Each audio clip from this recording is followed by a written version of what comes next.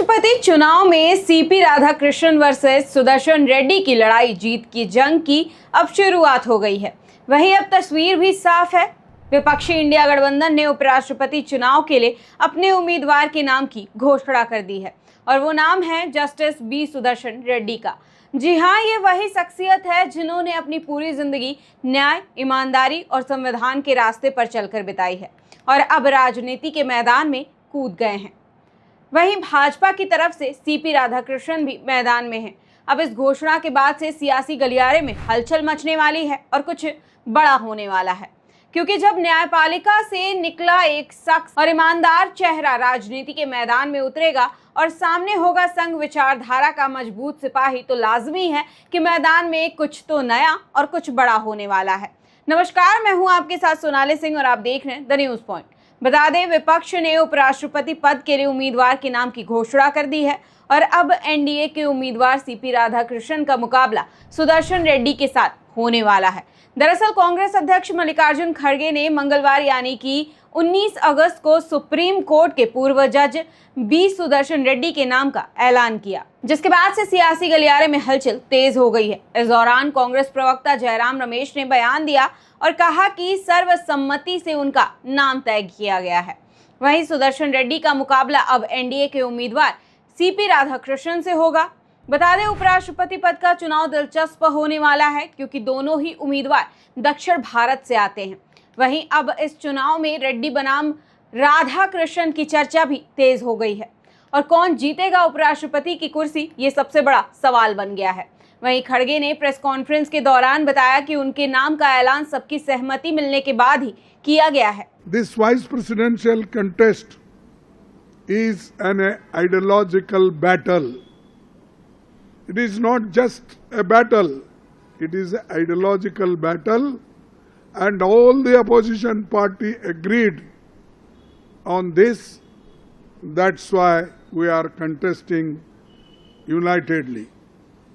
The opposition parties have nominated Sri B. Sudarshan Reddy Garu as their joint candidate, since he reflects fully and values that saved our country's freedom movement so profoundly, and the values on which our country's constitution and democracy have been anchored. All these values are under assault, and therefore our collective and determined resolve to fight this election. इसके साथ ही इससे पहले हमने आपको बताया था कि कौन है एनडीए उम्मीदवार सीपी राधाकृष्णन। अब इसी कड़ी में हम आपको बताते हैं कि इनका कॉम्पिटिटर कौन है और ये लड़ाई कितनी मुश्किल होने वाली है। बता दें, बी सुदर्शन रेड्डी का जन्म 8 जुलाई 1946 को आंध्र प्रदेश के रंगारेड्डी जिले के अकुल मायलारम गांव में हुआ था और वो एक किसान परिवार से आते हैं। सुदर्शन रेड्डी ने शुरुआती पढ़ाई के बाद हैदराबाद का रुख किया और उस्मानिया यूनिवर्सिटी से 1971 में लॉ की पढ़ाई पूरी की, जिसके बाद वो कई अहम पदों पर भी रहे। वहीं सुदर्शन रेड्डी पूर्व न्यायाधीश होने के साथ साथ गोवा के पहले लोकायुक्त भी रह चुके हैं। मीडिया रिपोर्ट्स के मुताबिक सुदर्शन रेड्डी को 12 जनवरी 2007 को सुप्रीम कोर्ट का एडिशनल जज बनाया गया था, जिसके बाद 8 जुलाई 2011 को रिटायर भी हो गए थे।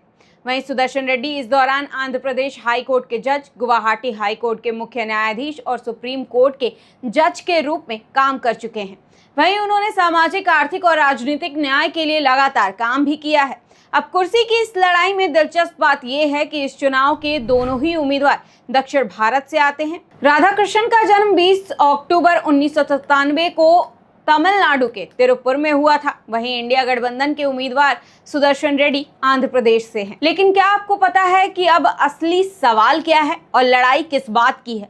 बता दें, दोनों ही पार्टियों ने इस बार साफ सुथरे चेहरे का ऐलान किया और मैदान में उतार दिया है। तो क्या एक जज की ईमानदारी राजनीति के अखाड़े में काम आ पाएगी? क्या संविधान की भाषा जनता के वोटों को बदल पाएगी? या फिर क्या इंडिया गठबंधन का ये दाव मोदी शाह की रणनीति को हिला पाएगा? या फिर बीजेपी का संगठन, शक्ति और संख्या हर चाल पर भारी पड़ जाएगा?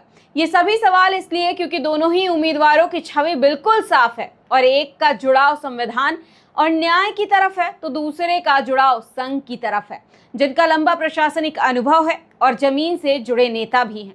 दरअसल ये दक्षिण के द्वार में बीजेपी का प्रभाव जमाने का कोशिश भी बताया जा रहा है।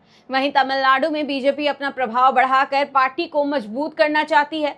इसके साथ ही राज्य में अगले साल विधानसभा चुनाव भी हैं। ऐसे में ये कहना गलत नहीं होगा कि एनडीए ने सीपी राधाकृष्णन के नाम का ऐलान कर बड़ा दांव खेल दिया है, क्योंकि वो 1999 में कोयंबटूर में लोकसभा सीट जीतकर द्रविड़ प्रधान राज्य में चुनावी सफलता दिखा चुके हैं और यहां से 2 बार सांसद भी रह चुके हैं। अब देखना यह है कि ये कुर्सी किसकी होने वाली है और ये लड़ाई कितनी दिलचस्प होगी। बता दें, उपराष्ट्रपति का चुनाव 9 सितंबर को होने वाला है, जिसमें ज्यादा समय भी नहीं बचा है। तो आप क्या सोचते हैं, कौन सा उम्मीदवार ज्यादा बेहतर है? हमें कमेंट बॉक्स में जरूर बताएं। फिलहाल के लिए नमस्कार, देखते रहिए द न्यूज़ पॉइंट।